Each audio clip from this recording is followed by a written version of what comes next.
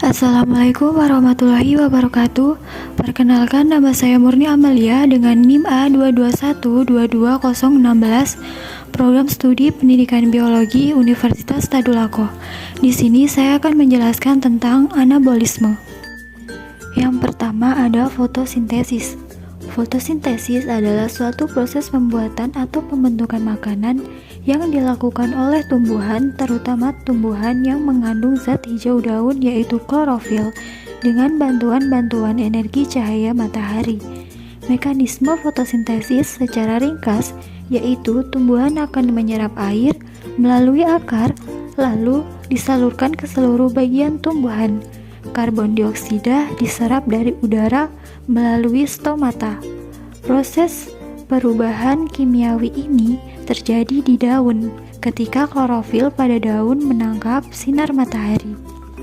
Reaksi fotosintesis yaitu CO2 tambah H2O dengan cahaya energi matahari menghasilkan glukosa dan oksigen.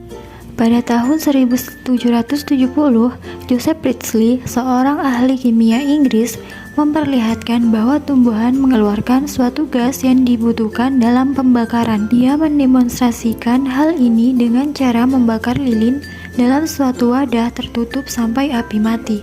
Lalu ia menyimpan setangkai tumbuhan mint dalam ruang tertutup itu dan dapat mempertahankan nyala api sampai beberapa hari. Pada tahun 1799, seorang dokter berkebangsaan Inggris bernama John Ingenhousz berhasil membuktikan bahwa proses fotosintesis menghasilkan oksigen atau O2. Ia melakukan percobaan dengan tumbuhan air Hydrilla verticillata di bawah corong kaca bening terbalik yang dimasukkan ke dalam gelas kimia berisi air. Jika Hydrilla verticillata terkena cahaya matahari, maka akan timbul gelembung-gelembung gas yang akhirnya mengumpul di dasar tabung reaksi. Pada tahun 1822, Engelmann berhasil membuktikan bahwa klorofil merupakan faktor yang harus ada dalam proses fotosintesis. Ia melakukan percobaan dengan ganggang hijau spigora yang kloroplasnya berbentuk pita melingkar seperti spiral. Dalam percobaan tersebut, ia mengamati bahwa hanya kloroplas yang terkena cahaya mataharilah yang mengeluarkan oksigen. Hal itu terbukti dari banyaknya bakteri aerob yang bergelombol di sekitar kloroplas yang terkena cahaya matahari. Pada tahun 1860, seorang ahli botani Jerman bernama Julius von Schach berhasil membuktikan bahwa proses fotosintesis menghasilkan amilum atau zat tepung. Adanya zat tepung ini dapat dibuktikan dengan uji yodium, sehingga percobaan Schach ini juga disebut uji yodium. Pada tahun 1937, seorang dokter berkebangsaan Inggris bernama Robin Hill berhasil membuktikan bahwa cahaya matahari diperlukan untuk memecah air menjadi hidrogen dan oksigen. Pemecahan ini disebut fotolisis.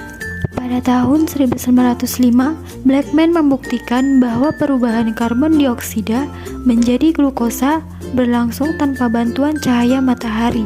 Peristiwa ini sering disebut sebagai reduksi karbon dioksida. Pada tahun 1940, Melvin Calvin dan timnya berhasil menemukan urutan reaksi atau proses yang berlangsung pada reaksi gelap. Rangkaian reaksi itu selalu berulang terus-menerus dan disebut siklus Calvin. Faktor-faktor yang mempengaruhi proses fotosintesis yaitu cahaya matahari, klorofil, karbon dioksida, air, dan suhu. Reaksi terang dan reaksi gelap pada proses fotosintesis. Reaksi terang disebut juga reaksi cahaya karena terjadi konversi energi cahaya menjadi energi kimia dan menghasilkan oksigen. Reaksi terang terjadi pada grana yaitu dalam membran tilakoid. Cahaya diabsorpsi oleh klorofil dan digunakan untuk membuat ATP dan NADPH. Reaksi terang tidak tergantung pada suhu, tetapi bergantung dalam cahaya.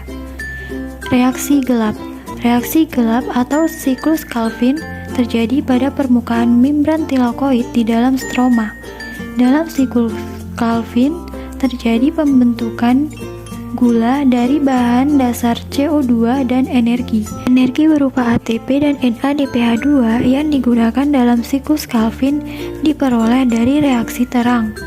Reaksi gelap tidak berlangsung pada cahaya, tetapi bergantung pada suhu.